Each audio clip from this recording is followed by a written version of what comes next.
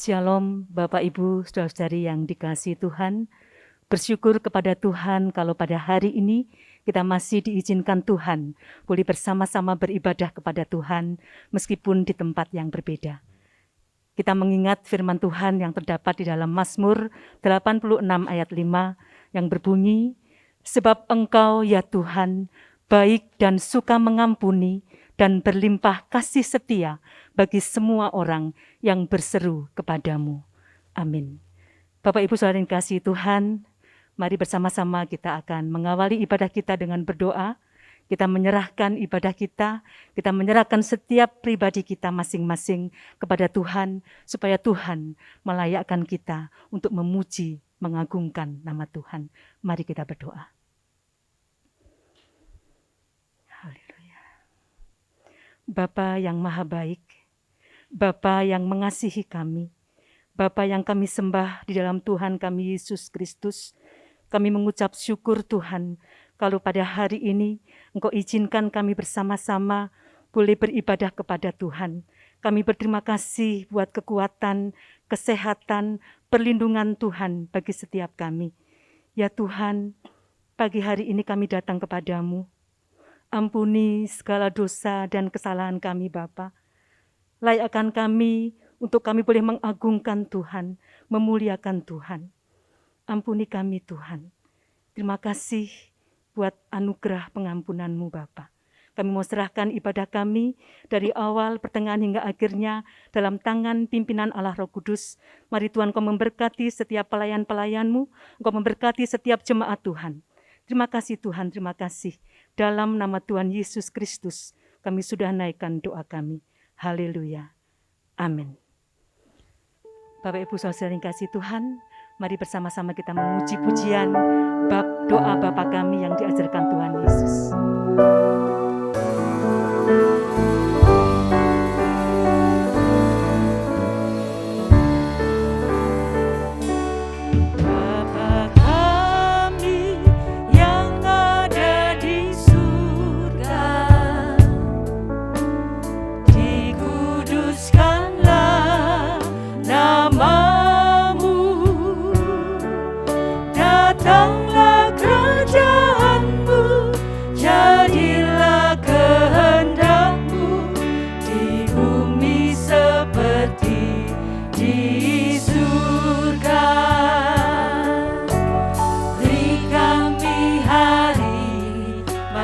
Yang secukupnya, ampuni salah kami, seperti kami ampuni yang bersalah pada kami.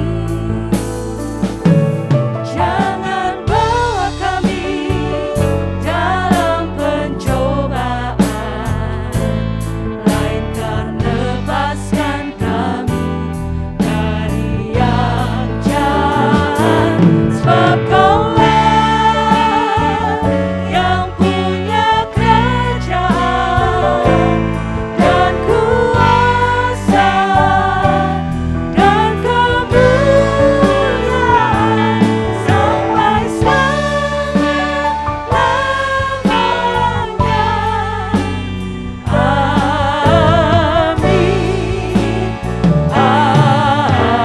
Amin.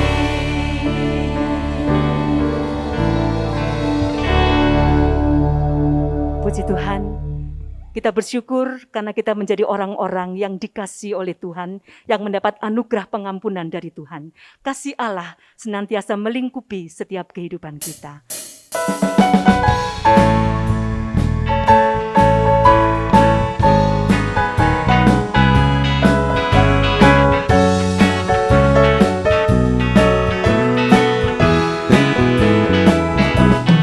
Kasih Allah melingkupi saya, lingkupi saya selama-lamanya.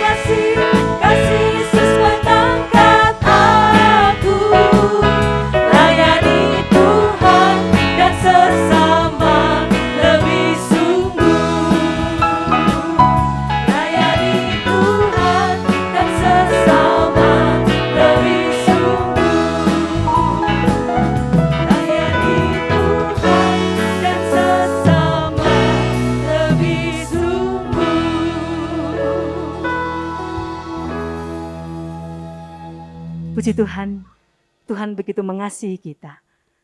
Dan kasih-Nya yang luar biasa itulah yang membuat kita tidak pernah goyah.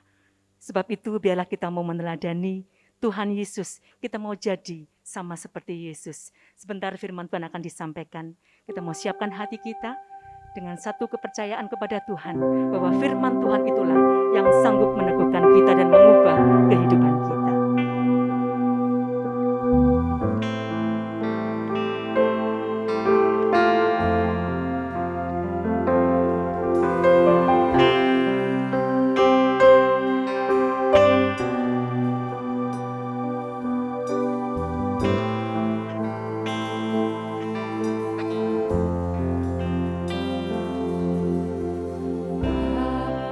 Kau setia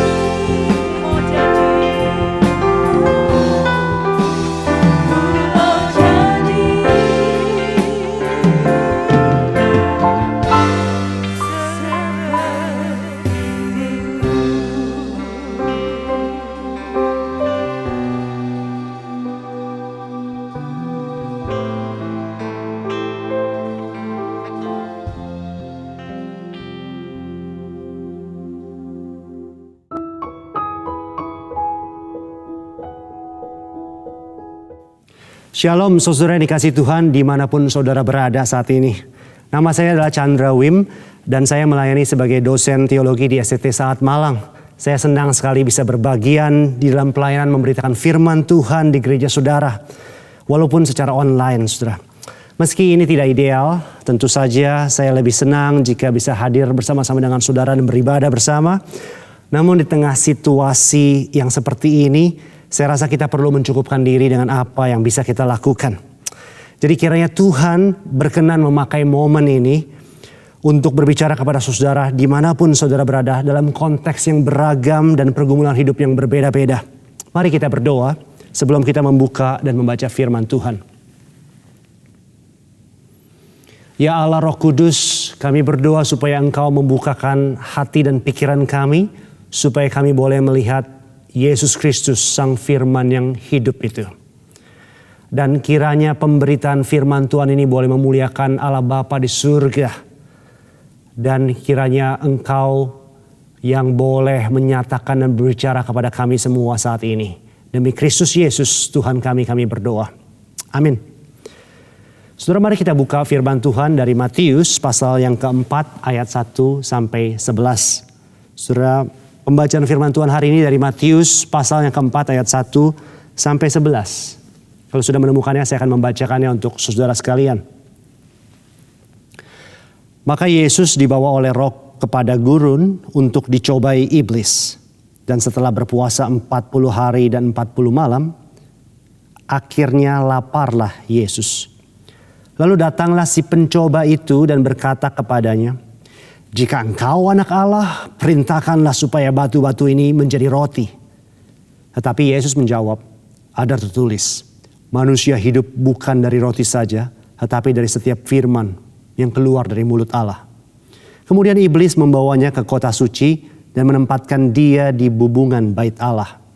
Lalu berkata kepadanya, "Jika engkau anak Allah, jatuhkanlah dirimu ke bawah, sebab ada tertulis, mengenai engkau ia akan memerintahkan malaikat-malaikatnya dan mereka akan menatang engkau di atas tangannya, supaya kakimu jangan terantuk kepada batu." Yesus berkata kepadanya, "Ada pula tertulis, janganlah engkau mencobai Tuhan Allahmu."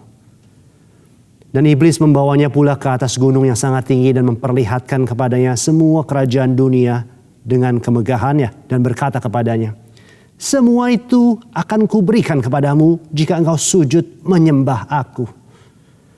Maka berkatalah Yesus kepadanya, "Enyahlah iblis, sebab ada tertulis, engkau harus menyembah Tuhan Allahmu dan hanya kepada Dia sajalah engkau berbakti." Lalu iblis meninggalkan dia dan lihatlah, malaikat-malaikat datang melayani Yesus. Sedemikian jauh pembacaan firman Tuhan. Berbahagialah setiap kita yang membaca, merenungkan, dan menghidupi dalam kehidupan kita sehari-hari. Saudara, ini adalah kisah yang familiar, bukan? Kisah yang sudah sering kita dengar sejak sekolah minggu, saudara. Yesus dicobai oleh si iblis di padang gurun sebanyak 3 kali di awal-awal pelayanannya. Dan jika pengalaman saudara mirip dengan pengalaman saya, biasanya fokus dari banyak renungan, tulisan maupun khotbah yang dilandaskan dari kisah ini berpusat sekitar frase "kita juga". Yesus saja dicobai oleh iblis, apalagi kita. Kita juga akan dicobai seperti Yesus dicobai oleh iblis. Yesus menghadapi pencobaan iblis dengan memakai firman Tuhan.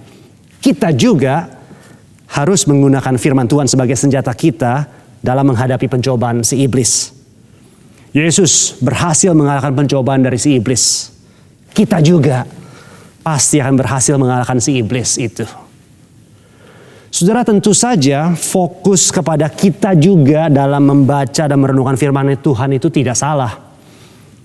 Karena memang Alkitab adalah firman Allah, di mana Allah secara aktif berbicara kepada umatnya dulu maupun sekarang.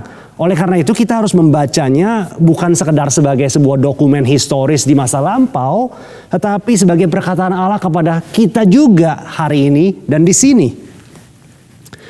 Meskipun demikian, Bapak Ibu sekalian, kita harus tetap mengingat bahwa subjek utama dari seluruh kitab suci adalah Allah Tritunggal itu sendiri. Bukan saya, bukan saudara, bukan kita, Dan bahkan juga bukan bangsa Israel di perjanjian lama ataupun para rasul Paulus ataupun jemaat mula-mula di perjanjian baru.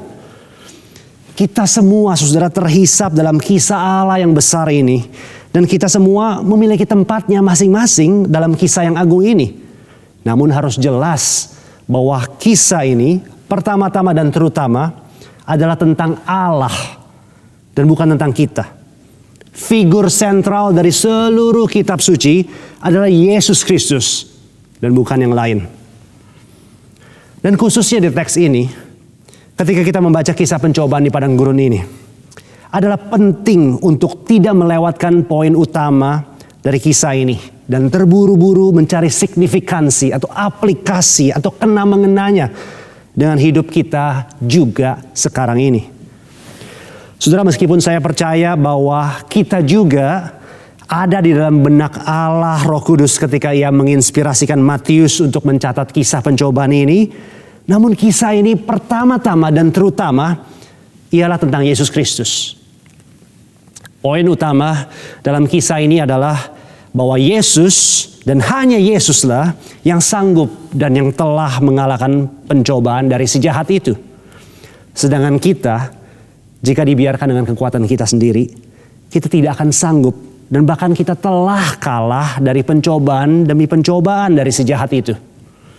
Dengan kata lain saudara, meski kita tentu saja bisa belajar 1-2 hal tentang bagaimana menghadapi pencobaan di hidup kita, atau mendapatkan tips dan triks dari bagaimana Yesus menghadapi si iblis dalam pencobaannya itu, namun itu bukan poin utama dari teks ini. Kisah ini sebaliknya ingin menunjukkan bahwa pencobaan yang dia alami itu unik sifatnya. Pencobaan ini didesain khusus untuk dia dan hanya dialah yang sanggup melewatinya.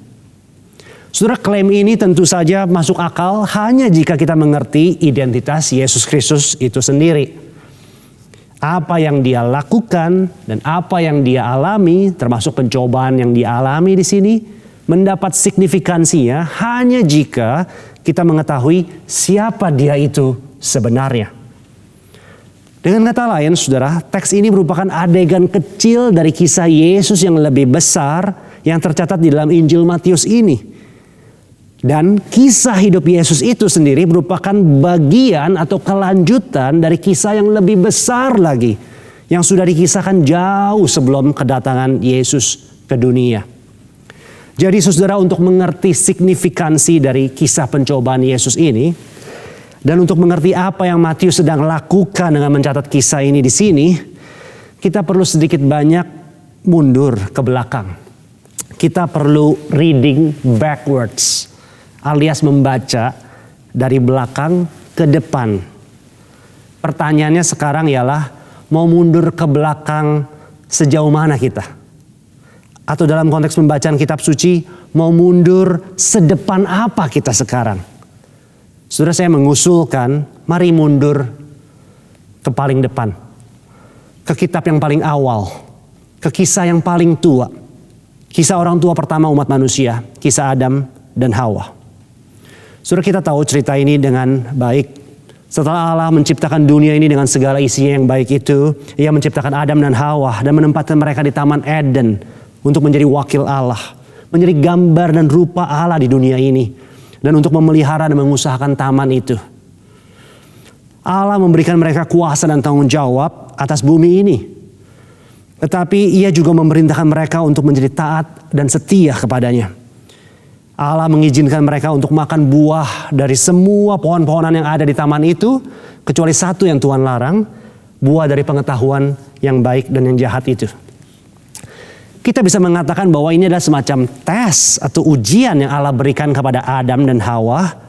Dan tentu saja Allah bermaksud baik, saudara, untuk menguji hati dan kesetiaan mereka kepadanya, agar mereka bertumbuh dan bergantung kepada Allah. Namun kita tahu ceritanya, iblis dalam gambar dan rupa seekor ular bermaksud buruk dan mencobai mereka agar mereka berpaling dari Allah. Saudara, perhatikan bahwa ada persamaan-persamaan dan juga perbedaan-perbedaan yang menarik dari kedua kisah pencobaan ini. Persamaan yang pertama adalah soal letaknya di dalam masing-masing cerita. Pencobaan di Taman Eden itu terjadi di awal-awal dari kisah Adam dan Hawa. Allah menciptakan Adam dan Hawa, menempatkan mereka di taman itu, memberikan mereka kuasa, otoritas, dan pekerjaan untuk menjadi wakil Allah di dunia. Dan itu di pasal kedua kitab Kejadian. Lalu segera di pasal ketiga, mereka dicobai oleh si ular. Ada paralel di sini dengan Injil Matius, saudara. Yesus dilahirkan dari anak darah Maria, namun dikandung oleh Roh Kudus. Ia ditempatkan Allah di dunia, lahir di kandang domba, mendapatkan hormat dan hadiah dari para gembala dan orang-orang Majus. Lalu anak manusia ini diberikan kuasa dan pekerjaan untuk menjadi gambaran rupa Allah di dunia ini. Khususnya lewat momen baptisan Yesus, di mana Roh Kudus turun seperti burung merpati ke atas kepalanya, dan suara Allah Bapa mengotorisasi bahwa sungguh ini adalah anak Allah yang kukasihi. Itu di pasal kedua dari Matius dan ketiga, saudara. Lalu segera di pasal keempat kita baca, Yesus dicobai oleh si ular tua itu. Saudara, paralel yang lain adalah bahwa di kedua kisah pencobaan ini, di Kejadian maupun Matius, iblis sama-sama berperan aktif mencobai manusia. Dan yang menarik juga adalah bahwa di kedua kisah ini iblis itu memakai firman Tuhan, atau lebih tepatnya mentwist atau memutarbalikkan firman Tuhan sebagai senjatanya untuk menjatuhkan manusia. Kita lihat di teks kita tadi, iblis mengutip satu bagian firman Tuhan dan berkata, "Jatuhkanlah dirimu ke bawah sebab ada tertulis." Bukan? Dan ia mengutip Mazmur di sana. Di pencobaan pertama di Taman Eden, ular yang adalah iblis itu juga memulai dengan berkata, "Tentulah Allah berfirman, semua pohon dalam taman ini jangan kamu makan buahnya," bukan? Saudara, di kedua kisah ini, iblis salah mengutip, misquoting, dan juga salah menggunakan atau misuse atau abuse firman Tuhan. Dengan memutarbalikkan perkataan Allah begitu rupa sehingga sangat melenceng dari maksud Allah yang sesungguhnya. Saudara, perhatikan juga bahwa pencobaan di Kejadian 3 itu berkaitan dengan makan-memakan dan makanan. Dan paling tidak di pencobaan pertama iblis kepada Yesus di teks kita hari ini, pencobaan itu juga berkaitan dengan makanan, dengan roti. Saudara, pencobaan yang kedua yang Yesus terima adalah untuk menjatuhkan diri dari atas bait Allah. Dengan mengharapkan agar Bapa mengirim malaikat-malaikatnya untuk menopang Yesus agar dia tidak terluka. Saudara, ini adalah pencobaan untuk menyalahgunakan firman dan kuasa Allah untuk kepentingan pribadi yang self-centered sifatnya, yang egois sifatnya. Bukankah sedikit banyak ini juga yang dimainkan oleh si ular itu ketika ia berkata kepada Hawa bahwa sesungguhnya engkau tidak akan mati, melainkan akan menjadi seperti Allah, tahu tentang yang baik dan yang jahat. Saudara, pencobaan ketiga iblis adalah agar Yesus sujud menyembah kepada iblis sekali saja. Dan setelah itu iblis akan memberikan kepada Yesus semua kerajaan dunia dan kemegahannya. Ini adalah pencobaan untuk menyembah Allah atau ilah lain selain Tuhan Allah, demi mendapatkan dunia dan menjadi raja atasnya. Dan bukankah ini juga yang Adam dan Hawa akhirnya lakukan dengan mentaati perkataan si ular? Sesungguhnya mereka sedang menyembah dan berbakti kepadanya. Saudara, jadi ada banyak paralel yang dapat kita temukan dalam kedua kisah pencobaan ini, saudara. Dan saya kira Matius dan jemaat mula-mula menangkap paralel ini dengan baik, saudara. Namun bukan hanya ada paralel, persamaan, tetapi juga ada kontras, perbedaan yang sangat jelas dari kedua kisah ini, bukan? Orang tua pertama kita itu gagal dalam menghadapi pencobaan dari si iblis. Mereka jatuh dalam dosa. Sedangkan sang anak itu, anak manusia dan anak Allah, menang dalam menghadapi pencobaan si iblis. Dia dicobai dalam segala hal, penulis Ibrani katakan, namun tidak berdosa. Dengan kata lain, Yesus di sini seperti sedang memainkan ulang adegan pencobaan di Kejadian 3 itu. Ini yang Bapak Gereja Irenaeus misalnya katakan sebagai recapitulation atau rekapitulasi. Yesus seperti merekap ulang atau mereplay apa yang dialami oleh manusia pertama itu. Hanya saja kali ini hasil akhirnya berbeda. Yesus taat kepada Bapa dan menang atas pencobaan iblis. Dalam bahasa Paulus, Yesus adalah Adam yang kedua yang membenarkan kita sebab ketaatannya kepada Bapa dan kemenangannya dari iblis itu diperhitungkan kepada kita, umatnya. Saudara, namun Yesus bukan hanya the second Adam, Adam yang kedua, tetapi ia juga adalah the new Moses, Moses yang baru, Musa yang baru. Sama seperti Musa berpuasa 40 hari sebelum ia menerima hukum Taurat dari Allah di Gunung Sinai.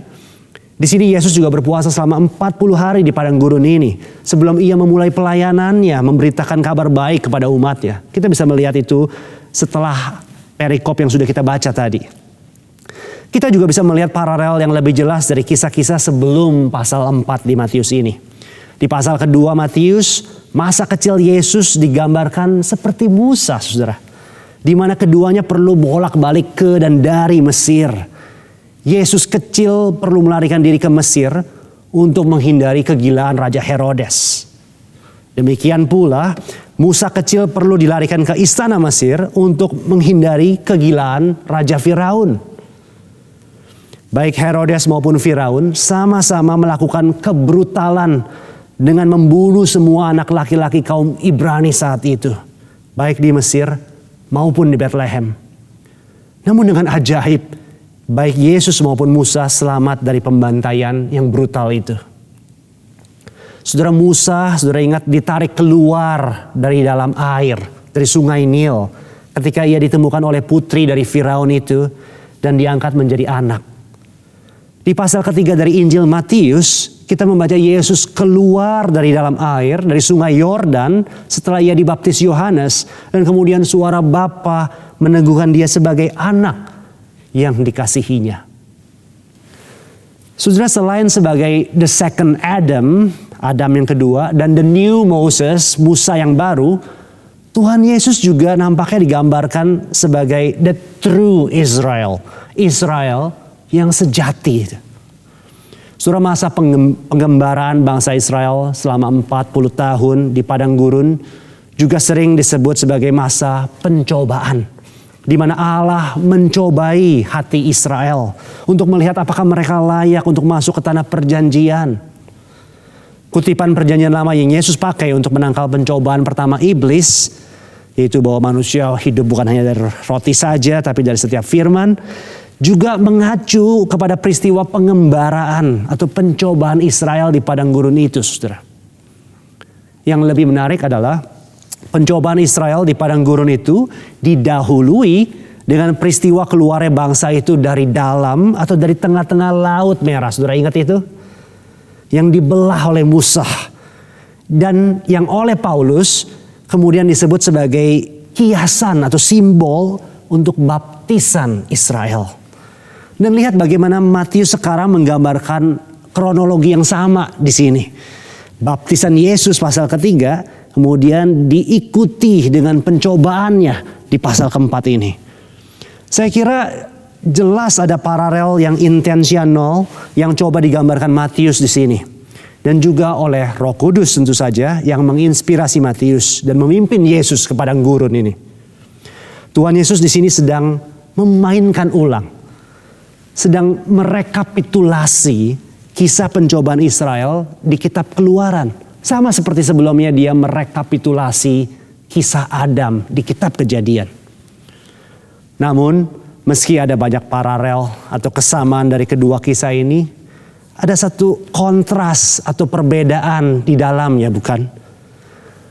Tidak seperti bangsa Israel waktu itu yang tegar tengkuk, yang bersungut-sungut kepada Musa dan Allah karena mereka tidak bisa makan roti dan daging, yang seringkali tidak mempercayai perlindungan dari Allah dan kuasa Allah yang sebenarnya telah mengeluarkan mereka dari tanah Mesir dengan tangan kanannya yang ajaib itu.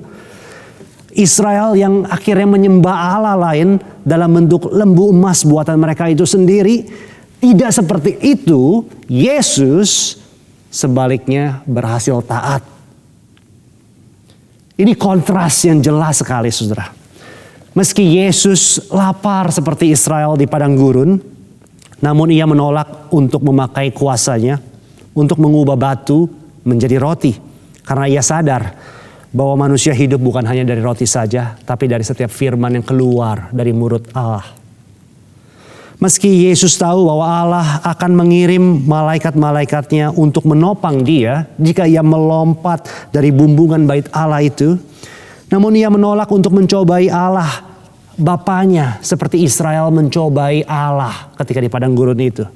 Dan meski Yesus sadar bahwa iblis dalam taraf tertentu mungkin memiliki kuasa untuk mempercepat datangnya kerajaan Allah di bumi ini, namun Yesus menolak untuk membuat jalan pintas, untuk mendirikan lembu emas dan menyembahnya. Sebaliknya Yesus tahu benar akan jalan yang Bapanya sudah sediakan baginya. Dan ia setia kepada jalan itu, jalan salib. Jadi saudara, kita sudah melihat ke belakang, saudara. Kita telah mencoba mengerti signifikansi dari kisah pencobaan Yesus ini dalam konteks yang lebih besar, saudara. Dengan melihat bagaimana Yesus merekapitulasi kisah-kisah di perjanjian lama. Dan dengan demikian menunjukkan identitasnya, siapa diri dia sesungguhnya. Sekarang waktunya kita melihat ke depan, saudara. Sebab kisah pencobaan ini juga berfungsi sebagai semacam penanda atau penunjuk untuk mengantisipasi apa yang akan terjadi dalam hidup dan pelayanan Tuhan Yesus ke depan. Saudara, pada intinya kisah pencobaan ini memberikan indikasi bahwa seluruh kehidupan dan pelayanan Yesus adalah sebuah medan pertempuran antara kerajaan Allah dengan kerajaan si jahat itu. Antara the reign of God dengan the reign of the devil. Jadi saudara, Yesus datang bukan hanya sebagai seorang guru atau rabi yang agung yang mengajarkan Taurat dan apa artinya hidup yang baik. Tetapi dia datang untuk membenarkan apa yang salah. Untuk merekapitulasi sejarah Adam dan sejarah Israel. Dia datang untuk merampas dan merebut kembali, mereklaim dunia yang telah ada dalam cengkraman si jahat itu. Dia datang sebagai anak domba Allah yang menghapus dosa dunia. Dan ia melakukan hal ini dengan menghadapi si iblis secara langsung. Dari awal pelayanannya sampai pada akhirnya. Saudara, teks kita menunjukkan bahwa Yesus telah berhasil mengusir iblis dari hadapannya. Dan menang atas pencobaan ini. Namun si iblis belum kehilangan sengatnya. Dan belum juga menyerah. Versi Lukas dari kisah ini ditutup dengan perkataan, iblis mundur dari hadapan Yesus dan menunggu waktu yang baik.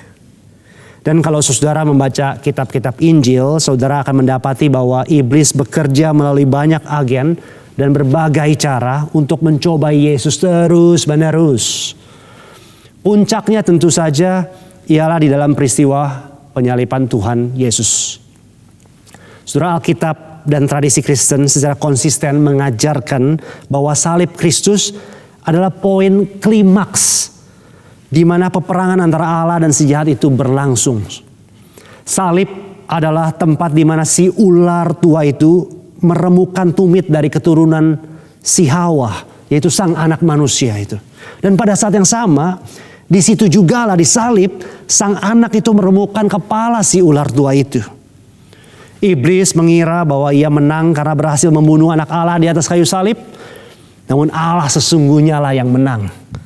Karena ia berhasil mengubah kejahatan yang paling jahat itu, yaitu salib, menjadi momen kebaikan yang paling baik, yaitu keselamatan bagi dunia ini.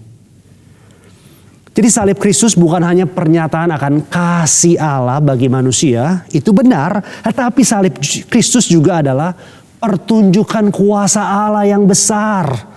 Di mana sang anak Allah berhadapan langsung dengan iblis dan kematian. Dan dia memenanginya. Saudara, seperti di kisah pencobaan di awal perjalanan Yesus, kisah salib itu juga bisa dikatakan sebagai kisah pencobaan di akhir hidup Yesus.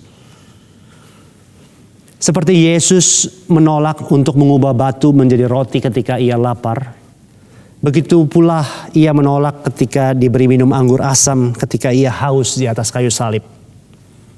Ia tahu bahwa manusia hidup bukan hanya dari roti dan anggur saja, tetapi dari setiap firman yang keluar dari mulut Allah. Seperti Yesus menolak untuk turun, menjatuhkan diri dari atas bumbungan bait Allah agar malaikat-malaikat datang dan menopangnya, begitu pula ia menolak untuk turun dari atas kayu salib. Bahkan ketika dia dicobai, engkau anak Allah, turunlah.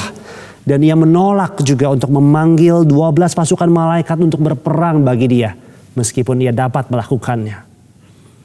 Ia tahu apa yang Bapanya kehendaki untuk ia lakukan, dan ia menolak untuk mencobai Bapanya. Seperti Yesus juga menolak untuk menyembah iblis demi mendapatkan dunia dan seluruh kemegahannya itu. Begitu pula ia menolak untuk menghindari jalan salib demi kepentingan dan kenyamanannya sendiri. Ia tahu bahwa hanya kepada Allah sajalah ia harus berbakti. Dan hanya dengan jalan salib inilah ia akan mendirikan kerajaannya. Dan seperti Yesus menang di atas pencobaan iblis di padang gurun, begitu juga Yesus menang atas pencobaan terakhir iblis ini di bukit Golgota. Dan jika di awal Yesus itu diproklamirkan oleh suara dari surga sebagai anak Allah yang diperkenan oleh Bapa di momen baptisannya itu, persis sebelum kisah pencobaan yang kita baca tadi, maka di akhir Injil ini, setelah mengalahkan seluruh pencobaan iblis untuk turun dan menghindari jalan salib, persis setelah Yesus dengan setia mati di atas kayu salib, kepala pasukan Romawi yang menyaksikan peristiwa itu mengatakan, sungguh ia ini adalah anak Allah. Oh saudara-saudara, siapakah yang seperti dia? Yesus Kristus, anak Allah yang hidup, yang mati dan yang bangkit bagi kita. Tidak ada yang seperti dia, bukan? Hanya Yesus yang sanggup menghadapi pencobaan demi pencobaan dari si jahat dan keluar sebagai pemenang. Hanya Yesus yang sanggup mengalahkan si ular tua itu dan meremukkan kepalanya sekali untuk selama-lamanya. Hanya Yesus yang sanggup hidup sepenuhnya dalam ketaatan kepada Bapa, bahkan taat sampai mati di atas kayu salib. Hanya Yesus. Itu sebabnya di awal tadi saudara, saya berusaha untuk tidak terlalu cepat membaca teks ini dengan perspektif kita juga. Sebab faktanya adalah kita tidak, bukan kita juga, sebaliknya kita tidak seperti Yesus. Kita tidak sanggup menghadapi pencobaan dari si iblis itu. Justru kita seperti Adam, jatuh dalam dosa, pemberontakan kepada Allah. Kita seperti Israel yang gagal di padang gurun pencobaan itu dan menyembah ilah lain. Dan kita juga seperti Petrus yang dicobai oleh iblis dan menyangkal Yesus 3 kali. Saudara, jika aspek atau frase kita juga itu harus diangkat dalam kisah ini, maka mungkin disinilah letaknya saudara. Hanya Yesus yang sanggup mengalahkan pencobaan dari si jahat.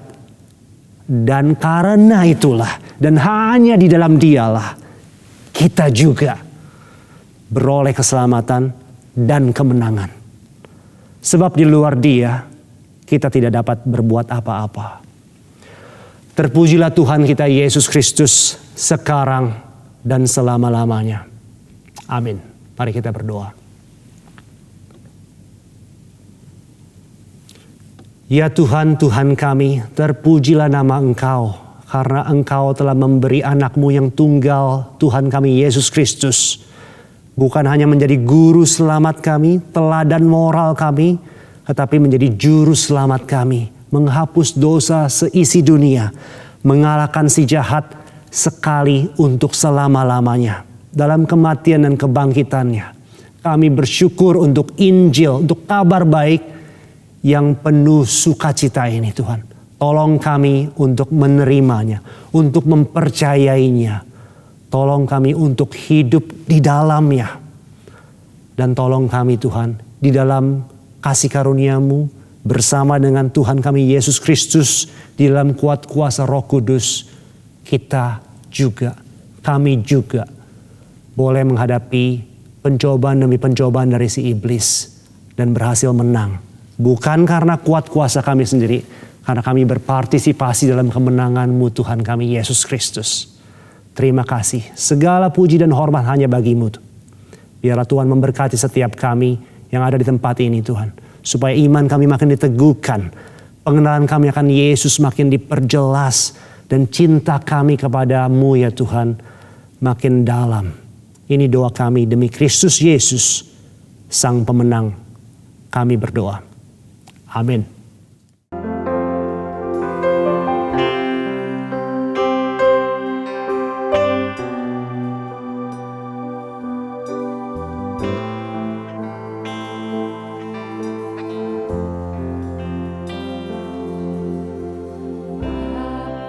Kau setia, takkan meninggalkan.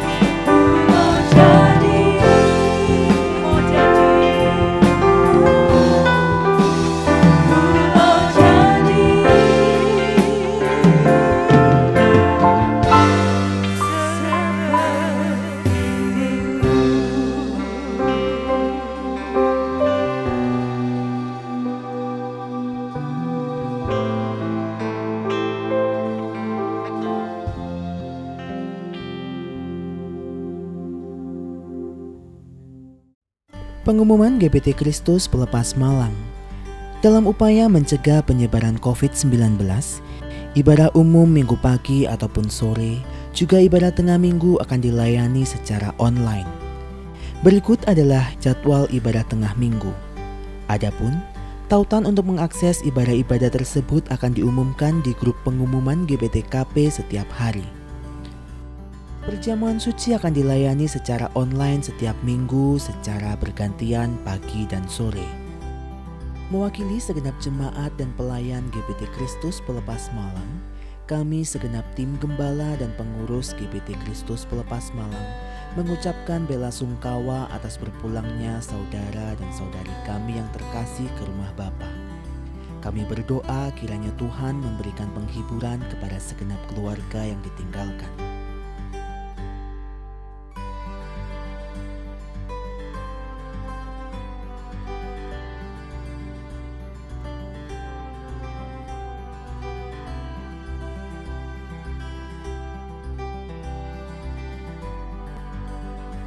Tidak lupa kita juga mendukung bantuan doa bagi jemaat Tuhan, baik yang mengalami kelemahan tubuh ataupun sudah lanjut usia. Kiranya Tuhan menolong.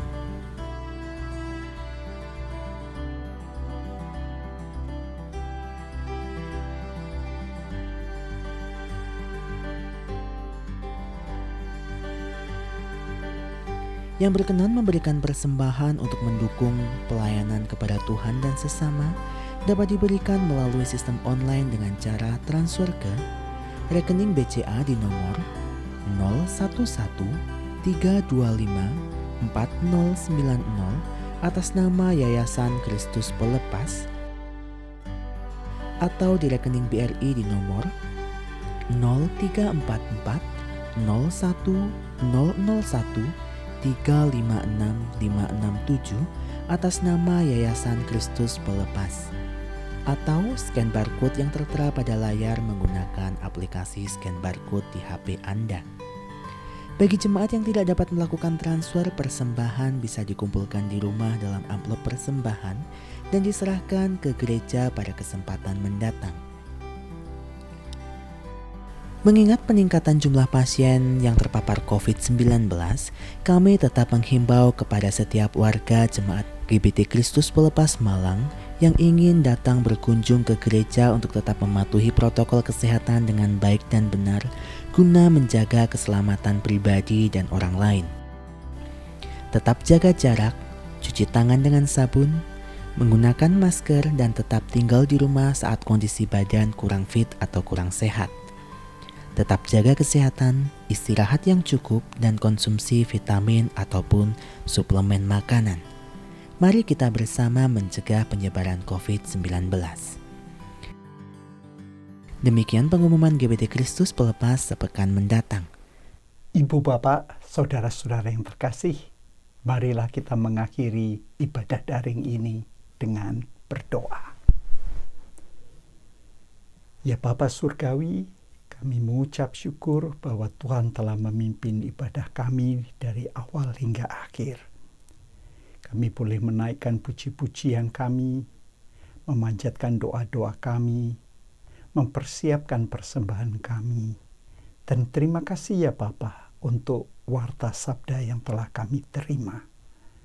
Bapa, kami diingatkan melalui pencobaan Tuhan Yesus di padang gurun, bahwa Matius menyampaikan Yesus sebagai Adam yang kedua, sebagai Musa yang baru, dan sebagai Israel yang sejati.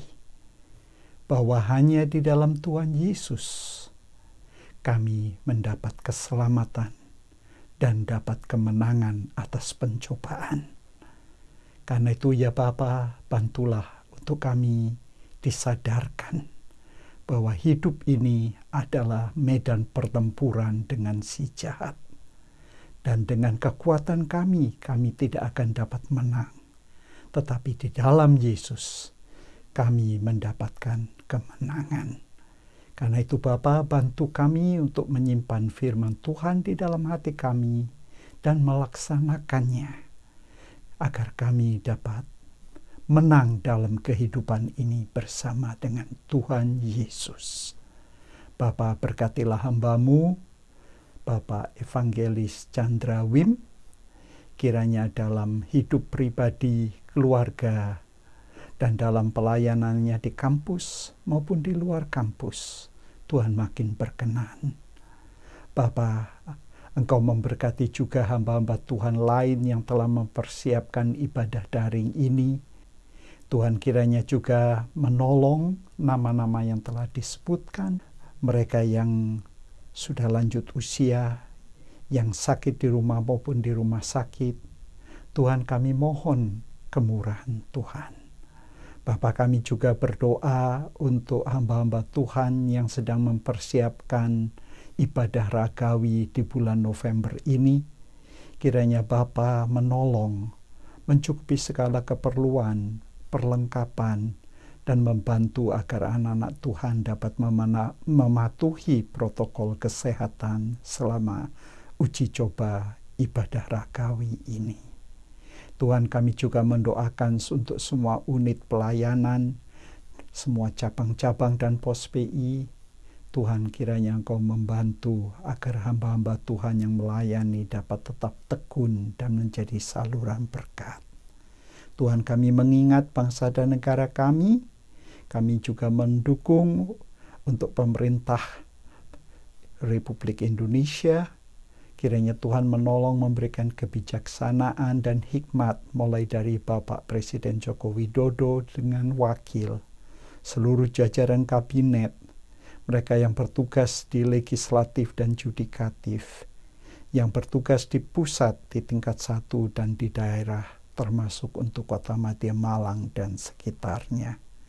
Bapa, bantu kami agar dapat bekerja sama menanggulangi pandemi ini. Tuhan, kami juga berdoa untuk setiap anak Tuhan yang hari ini beribadah di berbagai penjuru di muka bumi, khususnya yang mereka menghadapi tantangan karena iman mereka.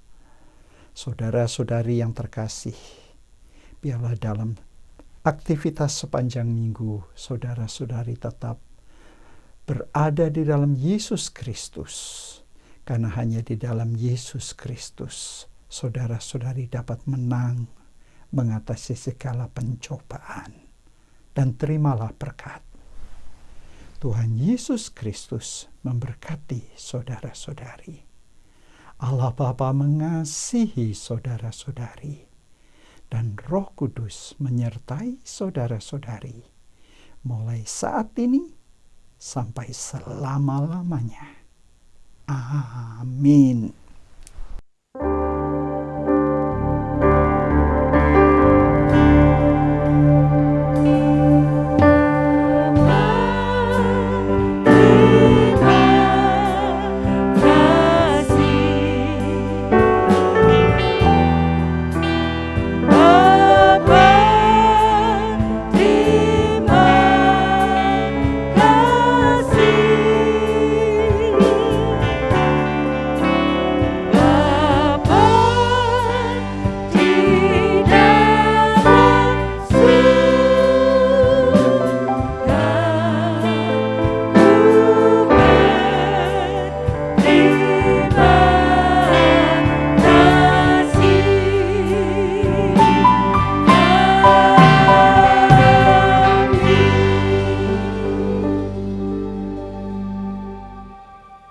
Jangan lupa subscribe di channel kami dan juga klik tombol lonceng untuk mendapatkan update terbaru dari kami. Sampai jumpa minggu depan, Tuhan Yesus memberkati.